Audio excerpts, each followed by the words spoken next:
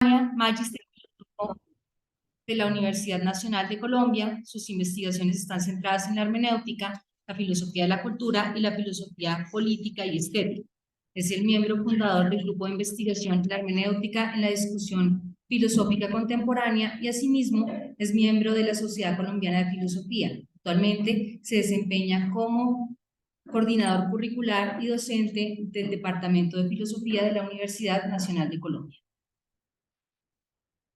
Bueno, Claudia, gracias. Puedo apagar la luz. Porque quiero igual como compartir la presentación, que me parece que es más fácil si ustedes pueden seguir también el texto. Yo lo voy leyendo de aquí mismo.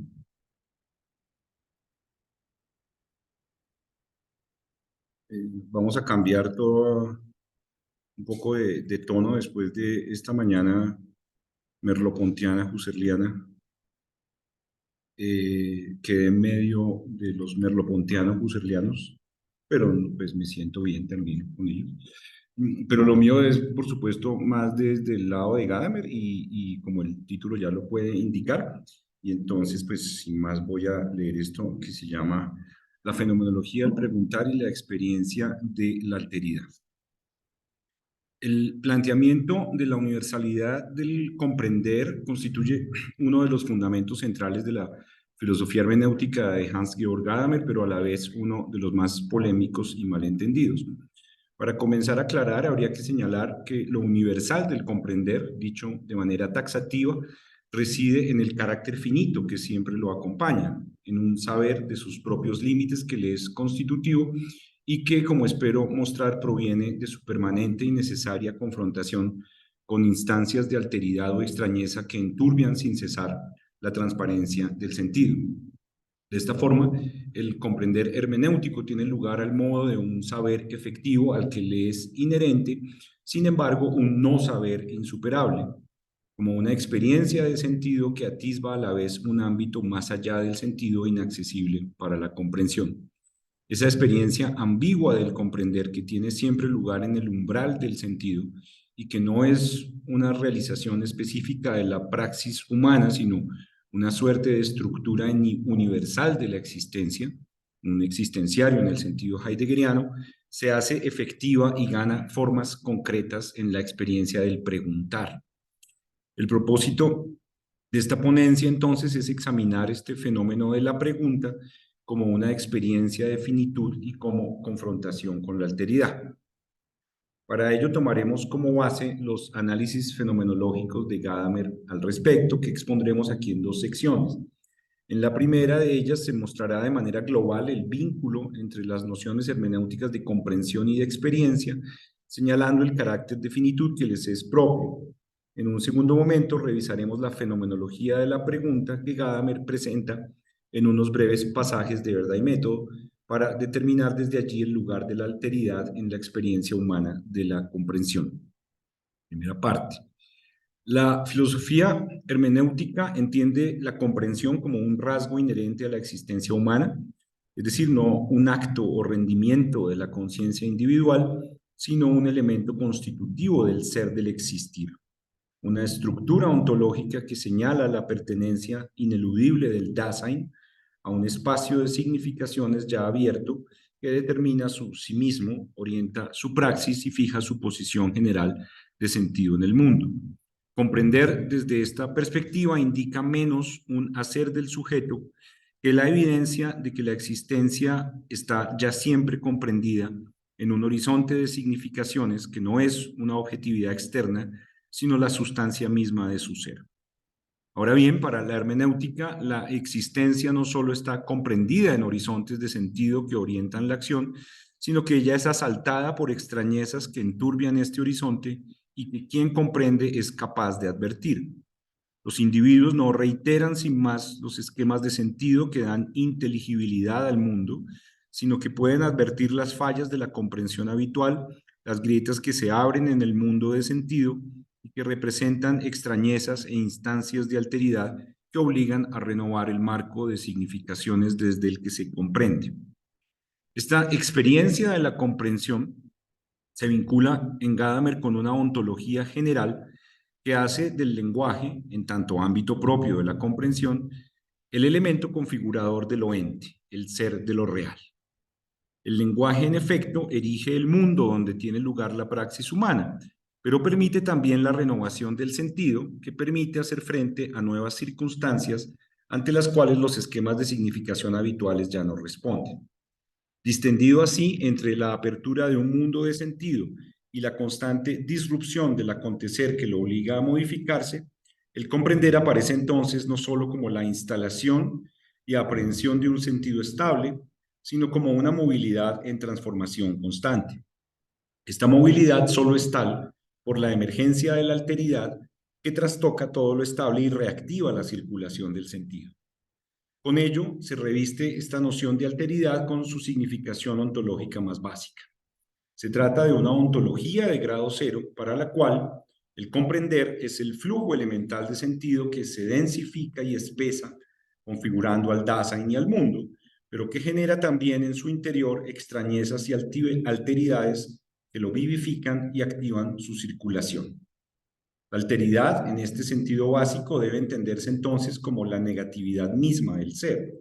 En efecto, si ser es comprender, como afirma Gadamer, este comprender no es solo el movimiento de sentido que se afirma en nuevas aperturas de mundo, sino que en él se produce también aquello otro que lo niega, que lo impulsa a superar el proyecto de sentido establecido, lo extraño que no se integra y que demanda entonces nuevas configuraciones de significación. A la luz de esta ontología del comprender, Gadamer considera los rasgos constitutivos de la experiencia humana general en un célebre pasaje situado en el corazón de Verdad y Método. Conservando el sentido general del término, Gadamer reconoce en toda experiencia una forma de saber particular propio de cada experiencia concreta, pero a la vez un saber general sobre la insuperable finitud humana.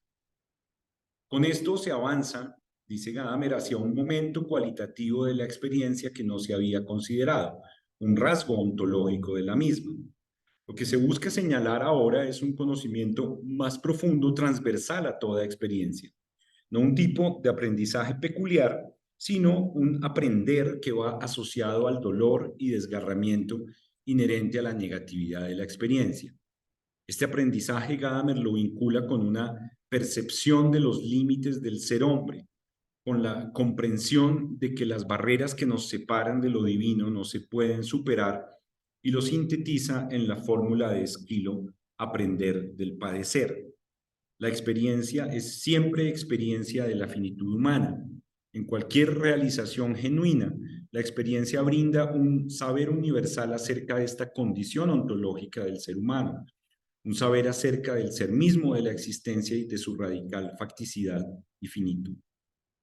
Estas consideraciones generales sobre la experiencia se trasladan en Gadamer a esa experiencia fundamental humana que es la comprensión, es decir, la experiencia de sentido.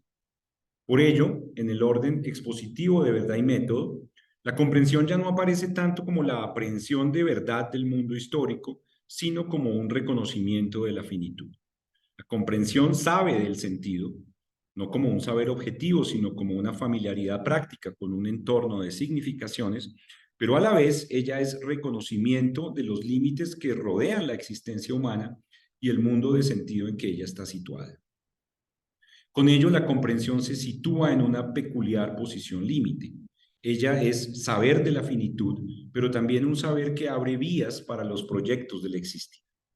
El reconocimiento de los límites de lo humano es también el reconocimiento del campo de sentido circunscrito por esos límites, donde aún es posible la acción humana significativa, o como dice Gadamer, donde hay todavía posibilidad de futuro para las expectativas y los planes. La experiencia es pues dolorosa, pero de allí no resulta para Gadamer un escepticismo cínico o un nihilismo paralizante, pues al final de cuentas queda en pie un horizonte dentro del cual hay futuro y hay sentido. La comprensión resulta atravesada por una ambigüedad fundamental que sin embargo no la hace contradictoria ni disminuye el poder de su evidencia fenoménica. Cuando se comprende genuinamente, no solo se hace manifiesto el sentido que hace comprensible tal o cual campo de la praxis humana, sino que a la vez este sentido se devela en su carácter de proyección, y por ello se percibe, junto con el horizonte abierto, los límites que lo circunscriben. La experiencia de la comprensión señala así el tenso equilibrio que define el lugar de la existencia humana en el mundo. Quien comprende se sabe partícipe de una configuración estable de sentido y no entregado a la deriva de un acaecer impenetrable, pero a la vez reconoce que esta configuración es en esencia frágil y quebradiza y no un fundamento sólido para la totalidad de lo ente. Esto, después de estas consideraciones generales que creo que son muy conocidas, ya puedo pasar ahora sí al tema de la pregunta. Sobre el trasfondo de estas consideraciones se puede entender la llamada primacía hermenéutica de la pregunta que Gadamer señala al final de la segunda parte de Verdad y Método. La comprensión como experiencia fundamental de la existencia humana es puesta en movimiento por la constante emergencia de la alteridad. De este modo, ella es experiencia de la apertura de sentido, pero también de sus límites, y con ello un saber de la finitud humana y de la negatividad irreductible del ser. Toda esta reflexión sigue siendo, sin embargo, abstracta, pues su meta en el fondo es la de indagar por estructuras ontológicas universales del ser en el mundo. El tránsito hacia la pregunta, por ello, parece tener como propósito dar concreción y especificidad a esa experiencia de la finitud. La pregunta aparece en primera instancia como un modo particular de realización de la comprensión, como una forma de comprensión que resulta privilegiada por hacer manifiesto el saber de la finitud que según Gadamer tiene lugar cada vez que se comprende. En lo que sigue, vamos a examinar las líneas generales de este análisis hermenéutico de la pregunta. Ante todo, hay que señalar que se trata de una fenomenología de la experiencia del preguntar y no de una teoría de la pregunta, elaborada, digamos, con herramientas de la lógica, la semántica o la teoría de los actos de habla. Por ello, a Gadamer no le interesa identificar una estructura general de la pregunta, ni hace distinciones entre distintos tipos de pregunta, como preguntas dicotómicas, disyuntivas, preguntas de determinación, etc.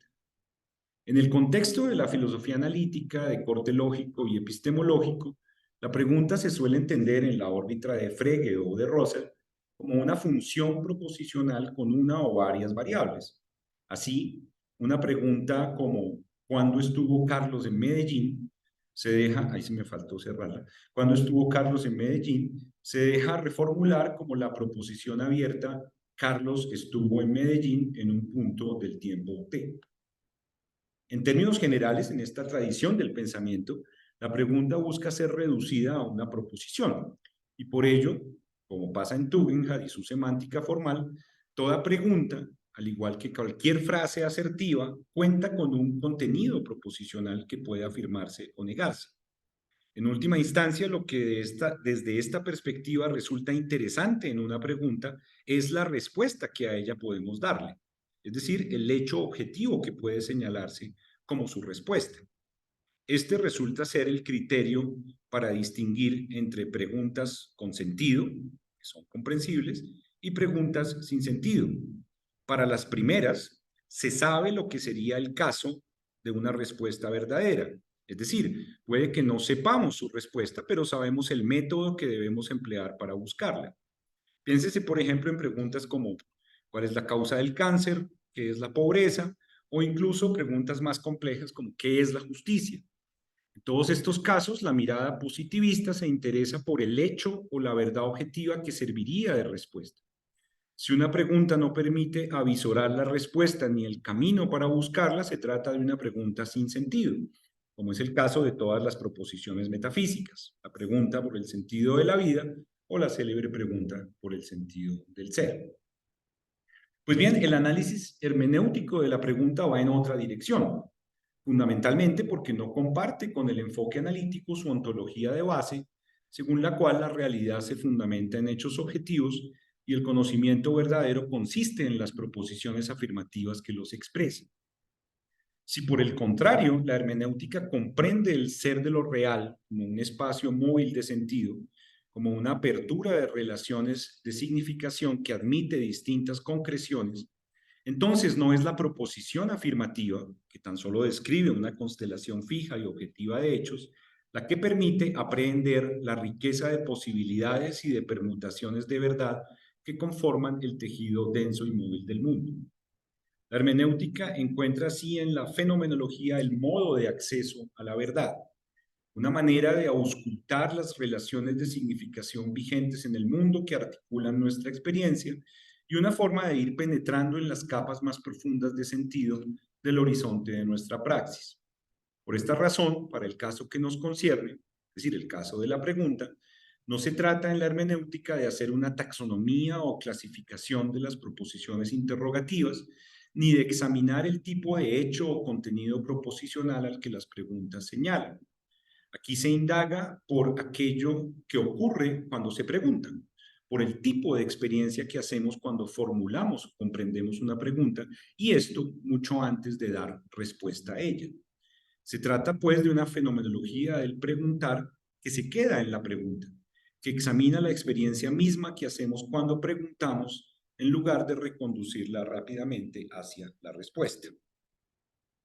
Estas circunstancias explican por qué el análisis de la pregunta en verdad y método toma como modelo la dialéctica platónica.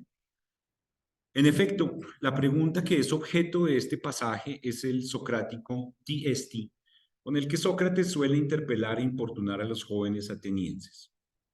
Como cualquier lector atento de Platón podrá reconocer, se trata de preguntas, las socráticas, en las que no se presupone que existe una respuesta para ellas, sino cuestionamientos abiertos que instalan un campo de exploración donde incluso los más aventajados, Sócrates el primero, solo es más avesado que sus compañeros porque capta mejor los límites de las respuestas que se ofrecen y no porque tenga más claridad sobre la solución definitiva a la cuestión.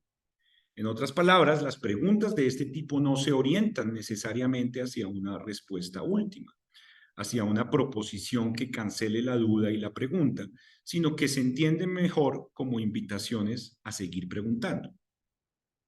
Ahora bien, al seguir el modelo de la pregunta socrática, Gadamer no está centrando su atención en un tipo específico de preguntas, dejando otros de lado. La hermenéutica de la pregunta no debe confundirse con una simple descripción de tipos que además sería incompleta. En realidad, la pregunta socrática se toma aquí como modelo porque en ella se recoge la esencia última del preguntar al que la investigación fenomenológica busca arribar.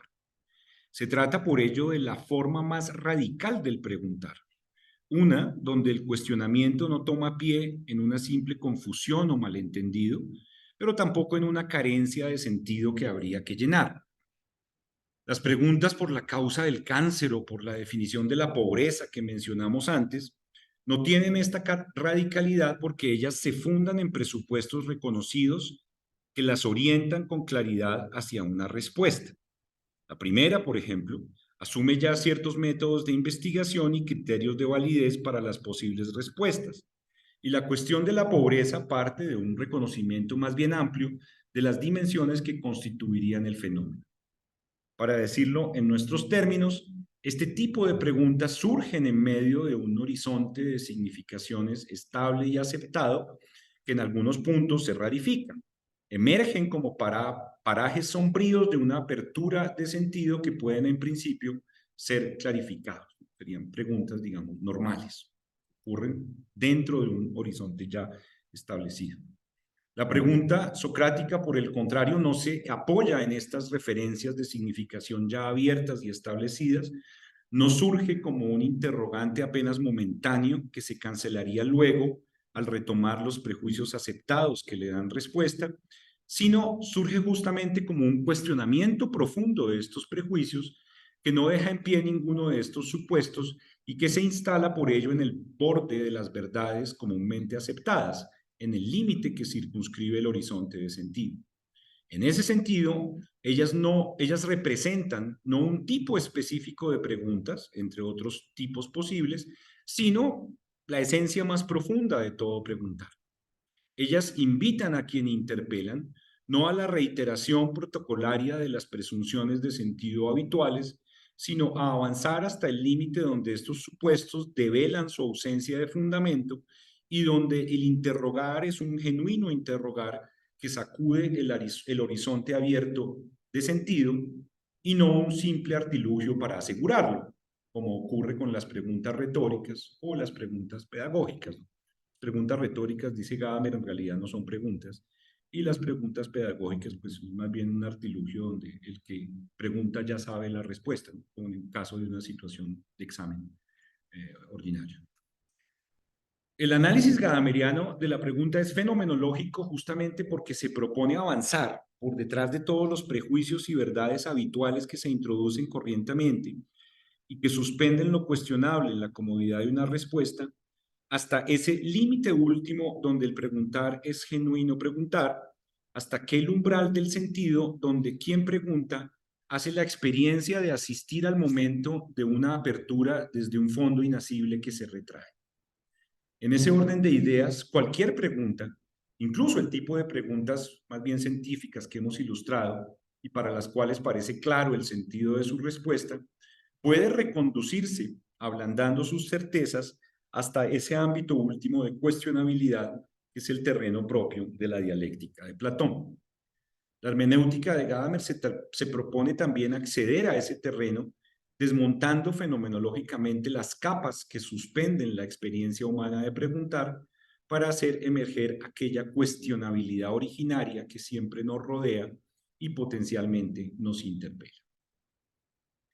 Ahora sí el análisis, ¿no? ¿Qué pasa cuando preguntamos en este sentido radical? Entonces ustedes vieron ahí unas preguntas que yo llamo, un poco siguiendo la exposición de Waldenfels-Ayer, que distinguía entre respuestas normales y respuestas radicales. Yo creo que podía hablarse de preguntas normales, como esas que ocurren dentro de un horizonte llado, y estas preguntas radicales socráticas, que es las que le interesa a Gadamer.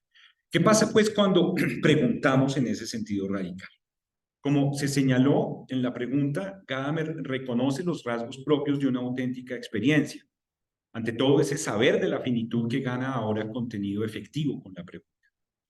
Como toda genuina experiencia, el preguntar se caracteriza primero por un saber esencialmente negativo. En efecto, quien pregunta sabe justamente que no sabe. Pero ese no saber no es indeterminado, sino que se vive como la negación o suspensión de un proyecto de verdad hasta ahora vigente, cuya cuestionabilidad queda al descubierto. Ahora bien, el reconocimiento de esta ignorancia, la docta ignorancia de Sócrates, no se regodea en su limitación y carencia, sino que pone de relieve con la pregunta un ámbito de significatividad que sigue en pie. Por ello, es esencial a toda pregunta el que tenga un cierto sentido y que ella indique la única dirección que puede adoptar la respuesta si quiere ser adecuada, dice Gadamer. En otras palabras, una genuina pregunta niega, pero a la vez determina en esta negación los límites dentro de los cuales es posible restaurar el sentido que ella misma ha cuestionado. La pregunta, pues, es testimonio de finitud, pero solo en tanto abre y delimita a la vez un espacio de significación. El preguntar cuestiona y suspende una apertura de verdad al revelar sus bordes e intersticios, pero al tiempo prepara el terreno y traza los límites para la erección de un nuevo proyecto de sentido. El preguntar constituye entonces ese interregno que dura en el intervalo en que un mundo viejo se ha hundido sin que uno nuevo se haya aún consolidado. Y de esta forma, pasando, por así decirlo, como por detrás de todo horizonte de significaciones, gana con ello una relevancia ontológica más profunda. Él constituye algo así como una experiencia previa de la comprensión. Quiero decir, el preguntar constituye así algo como una experiencia previa a la de la comprensión, algo como su antecedente básico. Por ello, Gadamer afirma que en toda experiencia está presupuesta la estructura de la pregunta y que no hay comprensión sin la actividad del preguntar. Una pregunta genuina tiene pues sentido y horizonte, pero no porque ella pueda reformularse en un contenido afirmativo inamovible, sino porque la finitud que ella pone de presente solo es visible desde una zona de apertura de verdad que aún se sostiene. Este residuo de sentido, por decirlo así, subsiste aún en la cuestionabilidad más extrema y permite renovar la comprensión y ajustar el horizonte en una nueva configuración. Pero además de este primer aspecto, El preguntar es una experiencia de finitud porque tiene lugar en medio de un acontecer del cual nadie es dueño, que por ello no se deja anticipar ni controlar. Hay pues algo de enigmático en el surgimiento de la pregunta, que aparece de manera imprevista al modo de una ocurrencia y que hace imposible diseñarla por anticipado o estipular un procedimiento para aprender a preguntar y ver lo cuestionable. Una genuina pregunta parece de pronto atender una cuestionabilidad general que atraviesa lo hasta entonces sobreentendido. Pero esto cuestionable no es algo que quien pregunta impone arbitrariamente, sino que determina desde dentro el campo de lo que pasaba por válido. Así, para Gadamer, se llega a la pregunta no de una manera consciente, sistemática, metódica, sino que ella simplemente ocurre. La fenomenología de la pregunta devela así la pertenencia del que pregunta a un acontecer impredecible que le desborda y en el que surgen con frecuencia instancias de alteridad que desestabilizan los marcos de sentido que se habían consolidado. Es desde esta otredad y extrañeza que se impone la pregunta, de modo que al final preguntar es más un padecer que un hacer. En resumen, tengo dos rasgos, ¿no? Preguntar es, en primera instancia, una experiencia negativa que aúna el reconocimiento de un no saber y el quiebre de un horizonte de significación con la búsqueda de un nuevo ámbito de sentido que con la pregunta queda perfilado. En segundo lugar, la pregunta está motivada por un efecto de las cosas mismas en su acontecer y no como un acto intencional de la conciencia. La pregunta ocurre porque en medio de dicho acontecer el sentido se enrarece ante la emergencia de instancias de extrañeza y alteridad que nos interpelan y nos empujan a salir de los esquemas ordinarios de la verdad y nos invitan a formular preguntas.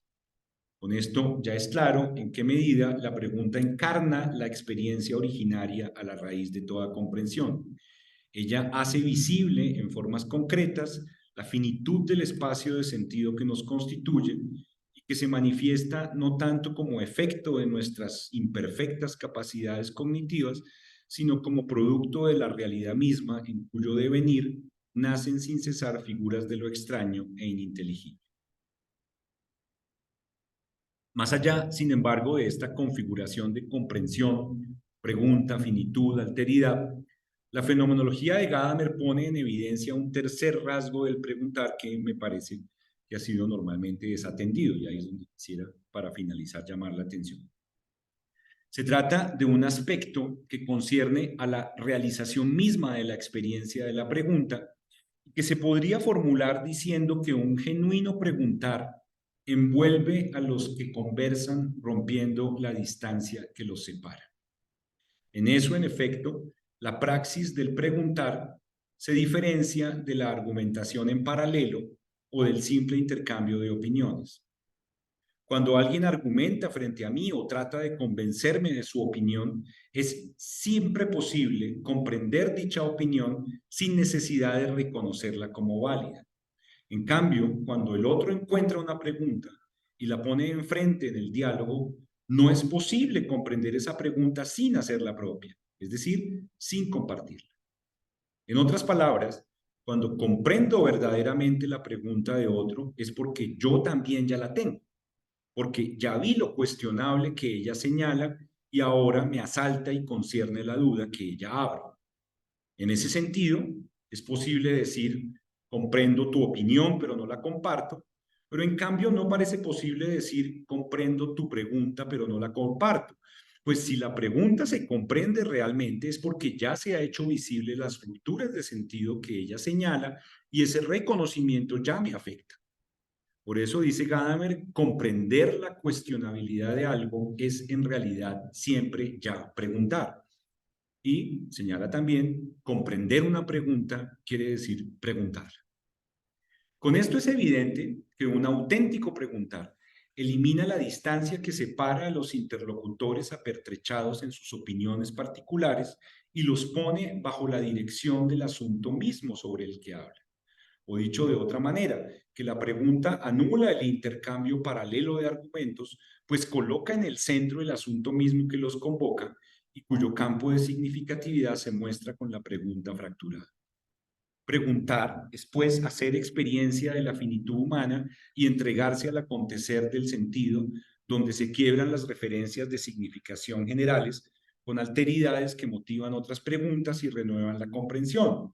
Pero además de esto, la pregunta reúne a los que la comprenden en torno al asunto que se ha hecho extraño y por ello ella aparece como una instancia fundadora de comunidad.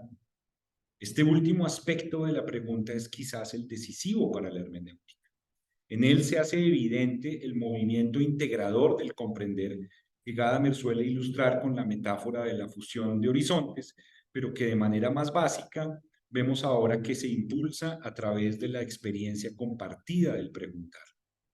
El encuentro con la alteridad y la extrañeza motiva la pregunta, como ya vimos, pero por su propia naturaleza este preguntar convoca, unifica y hace del comprender una empresa compartida y no un esfuerzo en solitario.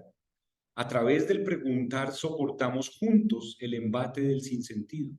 Nos reconocemos finitos, pero no estamos solos. La experiencia de la pregunta en esa medida recuerda la experiencia hegeliana del perdón, que logra reconciliar a los que se perdonan, porque cada uno reconoce ser tan finito como aquel que lo ha ofendido. La ideología liberal que domina en las sociedades contemporáneas tiende a aislar a los individuos en las burbujas atomizadas de sus propias opiniones y certezas privadas. Las recientes filosofías y políticas de la diferencia reaccionan contra este narcisismo, pero recaen paradójicamente en el perspectivismo de las identidades cerradas que excluye y aísla.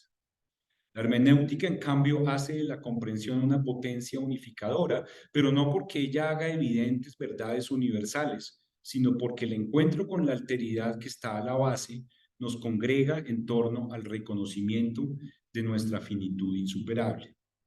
Una comunidad de este tipo puede ser, sin embargo, más sólida y duradera que una comunidad que se apoya en dogmas inamovibles. Quizás el poder de congregar propio de las religiones no estribe tanto en la fe ciega en verdades reveladas, sino en una común experiencia de asombro e inquietud frente a un misterio insondable. Y del mismo modo, la universalidad de la experiencia del arte reposa no tanto en lo que la obra transmite positivamente, sino en su capacidad casi infinita de generar nuevas extrañezas. Toda auténtica comunidad requiere así preguntas compartidas. Es esto lo que revela en último término la fenomenología hermenéutica de la pregunta. Se trata sin duda de una comunidad de la finitud, pero por ello mismo quizás de la única comunidad posible para los seres humanos. Bueno, muchas gracias por su atención.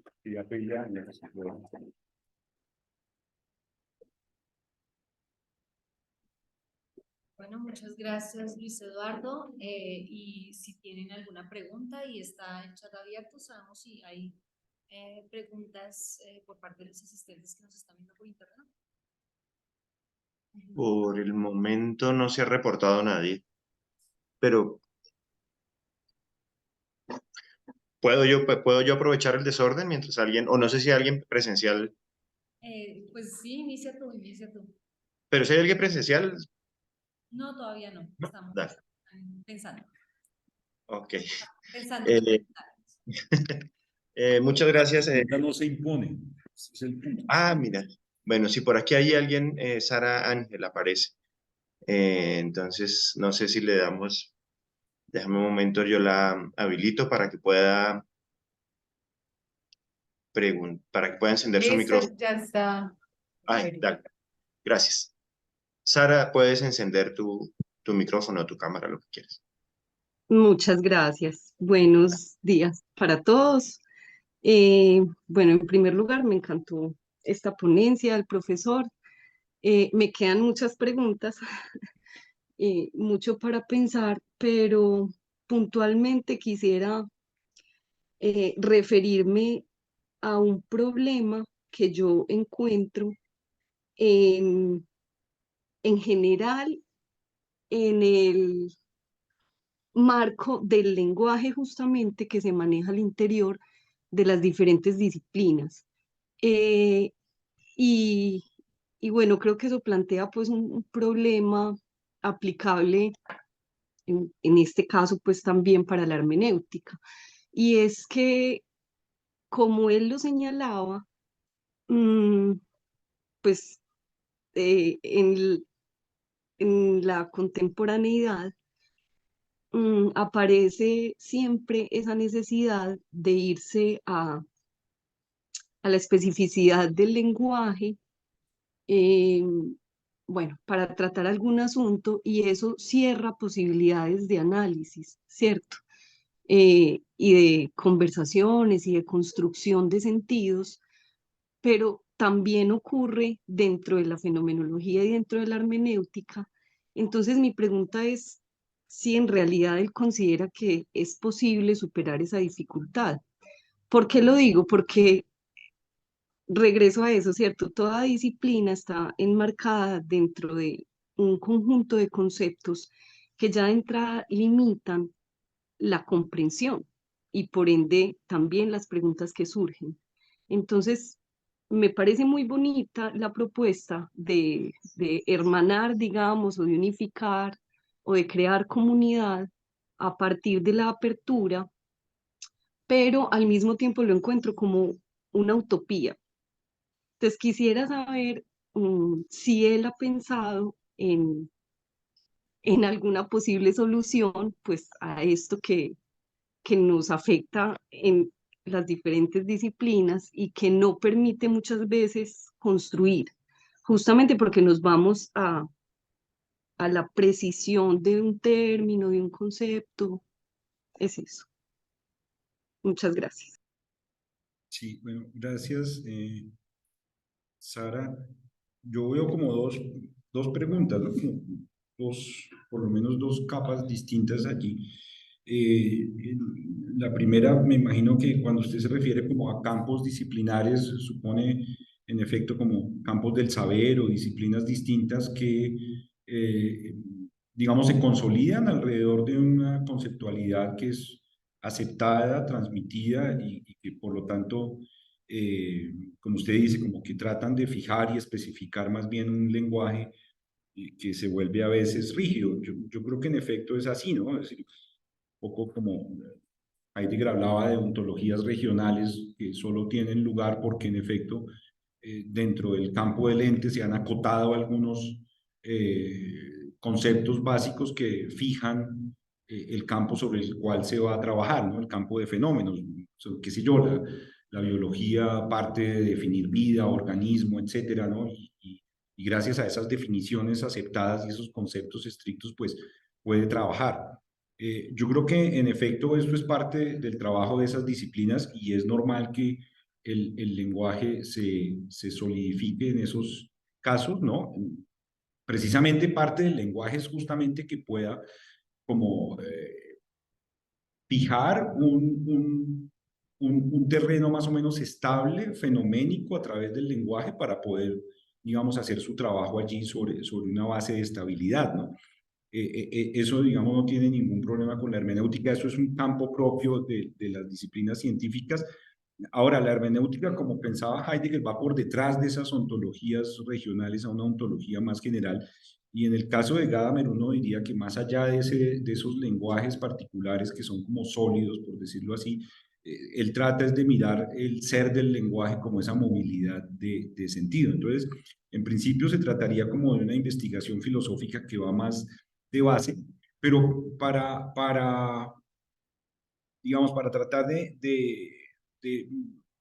entender lo que usted está diciendo, creo que, y una posible respuesta, yo creo que incluso puede verse en un campo disciplinar, en un campo científico, las revoluciones ocurren o los cambios ocurren precisamente no tanto porque cambien los conceptos, sino más bien porque han cambiado las preguntas, ¿no? Vamos, para aunar su intervención con mi propia perspectiva, uno puede ver, no sé, estoy pensando en las estructuras de las revoluciones científicas de Kuhn, el famoso libro donde muestra que hay paradigmas establecidos en la ciencia y que esos paradigmas de pronto sufren revoluciones y cambian completamente, ¿no? De la mecánica clásica a la mecánica de Einstein o algo así, ¿no? Cuando cambia una visión de mundo, incluso desde las ciencias, es porque se han modificado las preguntas, ¿no? Entonces, la pregunta está a la base de esa apertura de sentido, no es que sencillamente a alguien se le ocurre una nueva terminología o algo así. A la base de eso hay una cuestionabilidad de un campo de significaciones que hasta entonces funcionaba, ¿no? Entonces creo que incluso en ese aspecto, pues centrándonos como en los lenguajes de las ciencias, uno podría decir que también es posible identificar una especie de primacía de la pregunta, incluso para la investigación científica. Ahora, mi idea de una comunidad de la pregunta, pues claro, en efecto pasa por ingenuo, ¿no? O como demasiado rosa o qué sé yo, como a veces ocurre siempre cuando está uno basándose en estos atisbos gadamerianos, ¿no? Pero claro, esto no trata de decir que que todo esto ocurra como de suyo y sin ninguna fricción y sin ninguna contrariedad. Es decir, este tipo de comunidades obviamente digamos, no se aclimatan a la sensibilidad esta que yo llamaba aquí como liberal, egoísta, donde lo que cuenta es como la opinión individual y la afirmación de perspectivas de mundo individuales. Entonces aquí no se trata como de ingenuamente pensar que esto es simplemente escribirlo y ya está, ¿no? La filosofía no tiene soluciones tan rápidas, no se trata de eso. Nosotros no hacemos sino justamente como tratar de abrir un horizonte de diferentes posibilidades o de mirar la cosa de otro lado, pero pues por supuesto la implementación práctica y política de estos aspectos pues toma mucho más tiempo y además está sujeta pues a todas las contingencias del caso. Eso no se desconoce, ¿no? Eso no se desconoce, pero yo creo que algo se gana, ¿cierto? Algo se gana y es tal vez ese poquito algo que gana lo que da sentido a esta, por lo demás, triste actividad del filosofar como tan sin tantas, digamos, ¿qué diríamos? Recompensas prácticas, ¿no? El filósofo no cambia nada en el mundo concreto, ¿no? Nietzsche decía que en la tumba del filósofo académico habría que escribir nunca molestó a nadie, ¿no? Algo así. Sí, porque eso da la impresión de que no tenemos ninguna interferencia pues, en el mundo real. Y quizás no la tengamos porque eso no es lo que nos corresponde, pero creo yo con, digamos, con ya una conceptualidad diferente o una visión más radical de apertura de otras posibilidades, se gana algo y alguien tiene que hacer eso y eso nos correspondió a nosotros los filósofos. Entonces yo creo que este es un poco el sentido de decir, fíjense que una comunidad quizás no, claro, la idea es cómo generar comunidad, que digamos sería la pregunta más práctica, ¿no? Es una pregunta urgente de carácter político, ¿no? Quizás una comunidad no se establece alrededor de verdades, ¿no? Porque siempre estamos buscando qué es eso que nos identifica y entonces buscamos como dogmas, creencias, juicios morales, qué sé yo, algo como positivo que encuentre uno en la tradición y que junte a todos los colombianos.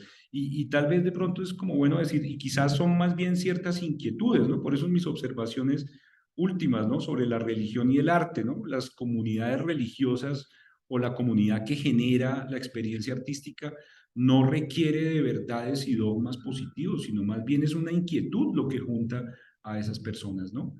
Y eso era todo. De pronto no es mucho, pero yo sí creo que en todo caso es algo lo que se gana ahí con la filosofía. Sí, José Luis iba a preguntar, no sé si todavía. Hola, sí, sí, si no hay nadie más por ahí presencial, me aprovecho. Ángel, pero si quieres, inicia tú, José Luis. Sí, José Luis. Dale, no, lo mío es muy breve, digamos, cuando la pregunta auténtica, como acontece justamente como ocurrencia, ¿no? Decías como un Einfall, como que se nos viene. Ello implica dos cosas. Primero, que no está en mi potestad, tú decías, no es un acto intencional, sino que eso es compasivo, se me viene la pregunta, me acontece, pero también requiere que yo como que responda a eso poniendo en cuestión los cimientos de sentido, ¿cierto? Pero entonces mi pregunta es cómo propiciar el acontecimiento. Si bien yo sé que eso no es no pertenece a mi intencionalidad, pues tendríamos que, no sé, no, o no tendríamos, no sé, buscar espacios, escenarios donde propiciemos el acontecer de la pregunta, pero también propiciemos el responder afectivamente al acontecimiento, porque a mí se me puede venir la pregunta, no sé, estoy pensando la pregunta por el inmigrante, ¿no? O sea, como que algo viene allá, por fin, después de tenerlos todos los días, llega algún día y de alguna manera algo me pasó. Pero yo después puedo también responder de manera ordinaria, decía Waldenfeld, y decir, ah, no, es que es uno más y se acabó, ¿no? Entonces es como una doble tarea. Propiciar la pregunta, propiciar el acontecimiento de la pregunta, como la palabra la detesto, pero la voy a usar como sensibilizar para que eso efectivamente ponga los cimientos en cuestión. Y además, profesor, usted propone una comunidad de la pregunta. Entonces ya no es solo ni siquiera que me acontezca a mí, sino que le acontezca a la comunidad. O sea, es llevar esas mismas inquietudes a ese segundo nivel. Entonces ahí yo, pues quisiera escucharlo como lo ve, si tiene sentido además mi pregunta. Si es comprensible. Si hace Sí, no, sentido. por supuesto tiene sentido, pero lo que no puedo es añadir mucho más a lo que dices, porque en el fondo es un comentario que ya como que respondía al asunto o como que daba las pistas de por dónde pensarlo. Gadamer en efecto dice algo así, ¿no? La pregunta ocurre, mejor nos ocurre, ¿no? Algo me ocurre, una pregunta surge como una ocurrencia, dice Gadamer, pero también señala ahí mismo en ese pasaje que ocurre como por azar, por decirlo así, pero no sin preparación, dice él. O sea, tampoco es que si no estoy preparado tampoco me va a ocurrir nada, ese es el punto. Ahora, ¿qué quiere decir eso? Ya no dice mucho más cada vez. ¿Qué significa esa prepararse para preguntar, ¿no? Y ahí hay, en efecto, un gran trabajo de investigación, ¿no? ¿Qué significa, como usted lo menciona, que también es una fórmula que me parece que dice lo mismo, propiciar el acontecimiento de la pregunta, prepararse para la pregunta, por supuesto, no es ni mucho menos ensaya hacer preguntas, ¿no? Tenía un profesor que lo ponía a uno como ensayo final a preguntarle algo a Hegel, y eso era terrible, eso uno no sabe qué, no se le ocurre a uno nada, porque la pregunta no se impone en efecto así, ¿no? Es lo más artificial que le digan, haga una pregunta, si a uno no le ha pasado, pues no puede hacerlo. Pero si hay una manera de propiciar el acontecimiento de la pregunta o de prepararse para ella, yo creo que tiene que ver con lo que usted ha dicho, algo así como un estar, bueno, Gadamer lo diría como una apertura a la alteridad, ¿no? Como un tratar de estar vigilante de que las opiniones tradicionales y los esquemas usuales de sentido no se impongan nuevamente y respondan rápido antes de quedarse en la pregunta, ¿no? Eso es un poco también el llamado antes de Gadamer, ¿no? No pasemos rápido a la respuesta y darla por sobreentendido sin quedarse a veces en la pregunta, porque la tensión es como siempre, la pregunta es molesta, ¿no? Nos mantiene en una zona ahí de ambigüedad bien tembleque y entonces nos aseguramos con respuestas fáciles. No, la idea es como persista un poco en la pregunta que es en ella, examine, digamos, todos los supuestos que están implícitamente volviendo a aparecer, ¿no? Ese examen de los prejuicios, como lo menciona Gadamer, es eso, no pónganlos a riesgo, ¿no? Primero identifíquelos, que es más complicado, ¿no? El problema de los prejuicios es que uno cree que no los tiene y entonces están actuando allí subrepticiamente. Pero entonces la idea sí es como sáquelos a la luz y póngalos a confrontar realmente con las cosas. Pero más allá de esa sensibilidad a la alteridad, a mí la fórmula me parece bonita, o sí, como de ser capaz de estar cuestionando permanentemente las certezas, no creo que pueda decir mucho más sobre el asunto. Ahora, en efecto, sí, si además de eso hay que hacer una comunidad de la pregunta, pues esto parece una tarea infinita. Pero lo que trataba de señalar es que curiosamente para Gadamer, la pregunta misma, si se comprende realmente, genera ella comunidad, ¿no? Y esa es, digamos, la diferencia con las proposiciones afirmativas, con las aseveraciones de todo tipo, ¿no? Las opiniones nos encierran, ¿no? Cada uno trata de defender su opinión y es lo que Gadamer llama la argumentación en paralelo, ¿no? Eso, cualquier estudiante de filosofía de segundo semestre ya sabe eso, ¿no? Un seminario es un campo de batalla donde cada uno trata ahí de ver cómo tumba al otro, algo así, ¿no? la opinión y la afirmación excluye, separa, nos enconcha, ¿no? La pregunta, dice Gadamer, si se comprende, ya abre un espacio donde nos encontramos. Pero fíjense que donde nos encontramos no es una verdad que compartimos, pero sí por lo menos una duda. Ahora, por supuesto, eso tampoco es rutinario, ni mucho menos sale de suyo, ¿no? También ese comprender una pregunta tiene una dificultad, y es que yo suelo más bien querer empeñarme en mi opinión y no ver preguntas, sino como asegurar mi espacio que ya tengo ganado. No dije mucho, yo sé, José Luis, pero por ahí iría un poco la cuestión. No sé si queda tiempo para otra. Bueno, Gracias. pues es ya cuestión de que nos estamos tomando el almuerzo, pero entonces hágale. Sí, hágale. Perdón.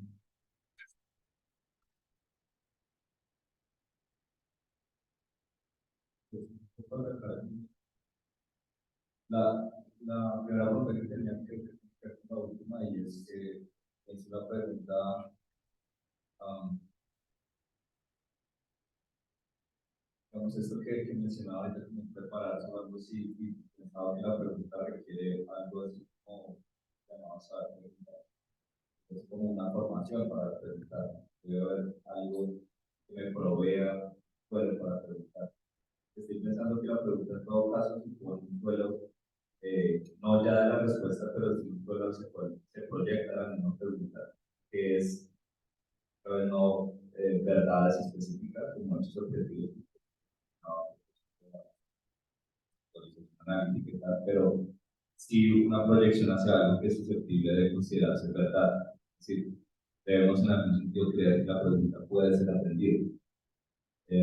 Y como usted acaba de mencionar, eso implica, claro, como mencionaba la ponencia, reconocer mi finitud, pero también reconocer esa infinitud en la que estaría el preguntar.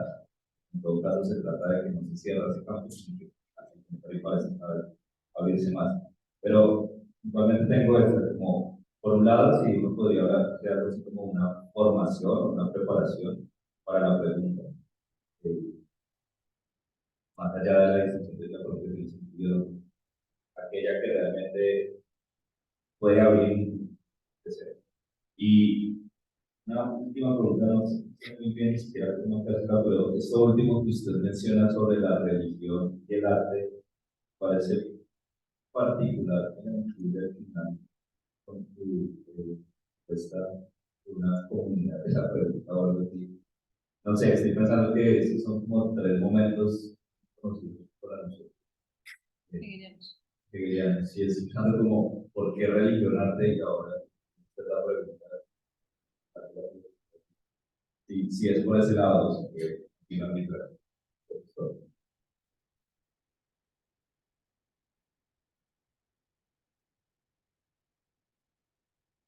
Sí, yo creo que Ángel, como buen hegeliano, digamos, descubrió el texto oculto de mi ponencia, ¿no? Es decir, claramente, claramente esas dos últimas frases pues, son alusiones a esferas del espíritu absoluto de la religión, el arte y la filosofía. Y sí, hay algo ahí como de tratar de mostrar que en efecto hay una, es decir, religión, arte, filosofía, como ustedes saben, en Hegel son campos de la actividad humana donde, digamos, se hace vigente, manifiesto el concepto, ¿no? El espíritu absoluto logra un saber sobre sí mismo por encima de relatividades, ¿no? De las relatividades del mundo histórico, que esa es, digamos, la gracia de esos campos de lo absoluto. Es decir, las verdades de la religión, las verdades, entre comillas, del arte o de la filosofía, no tienen, o sea, sobrepasan cualquier contexto cultural, histórico y apuntan como a un terreno donde hablarían a todo el mundo, ¿no? En eso es lo absoluto, ¿no? No están ligados con una cultura particular, una idiosincrasia determinada, una época histórica, sino son absolutas en el sentido en que hablan a cualquiera. Por eso la religión no pasa de moda, ¿no? Y por eso el arte no pasa de moda. Nadie dice, no, es que eso es arte antiguo, eso ya no vale, solo vamos al moderno, ¿no? Y por eso la filosofía no pasa de moda y seguimos leyendo a Platón y Aristóteles, nos siguen hablando. Entonces, Claro, hay algo de esa idea de absoluto que a mí me pareció interesante como apenas insinuarla, pero en el registro de la pregunta y no tanto de un saber con contenido. Porque entonces la idea es, sí, son absolutos y sobrepasan cualquier contexto y cualquier relatividad histórica, pero por el hecho de poner de manifiesto interrogantes fundamentales que afectarían a cualquier individuo, ¿no? Es decir, un japonés escuchando Mozart o nosotros escuchando música, algo nos llama ahí, algo está diciendo, pero eso que nos llama y nos aúna no es un dogma, una nueva verdad o algo así, sino precisamente como algo que se describe mejor como una pregunta. Y no sé, o sea, hablando de esto de la formación, pues la formación para la pregunta, para pasar a su primera pregunta, no sé, no sabría decirle algo más de lo que le dije a José Luis, pero precisamente a propósito del arte uno puede pensar, ¿no? Un poco como Schiller, ¿no? Sí, la educación estética no es también una forma como de acercarnos a eso, es decir, pensando dentro de los posibles estrategias o insumos que podría tener una formación hacia la pregunta, utilizar las herramientas del arte o, por supuesto, de la filosofía, ya no sé tanto la religión. El problema es que está muy desacreditada porque, ¿no? Los últimos acontecimientos más bien nos hacen entender la religión como desde dogmas fuertes, pero yo creo que hay una manera de valorarla. No quiero decir más porque ya veo que me estoy metiendo en terrenos ahí peligrosos, entonces ya creo que acabamos, ¿no? Yo mismo hago el cierre, más bien. Yo voy a hacer el cierre porque entonces quiero invitarlos a las 2, ¿no? Se nos cortó un poquito el almuerzo. A las 2 nos vemos aquí con la ponencia de Juan Pablo Esperón, un profesor argentino, sobre acontecimiento y pandemia. Esto pues suena bastante interesante. Muchas gracias y nos vemos en las 2. Gracias.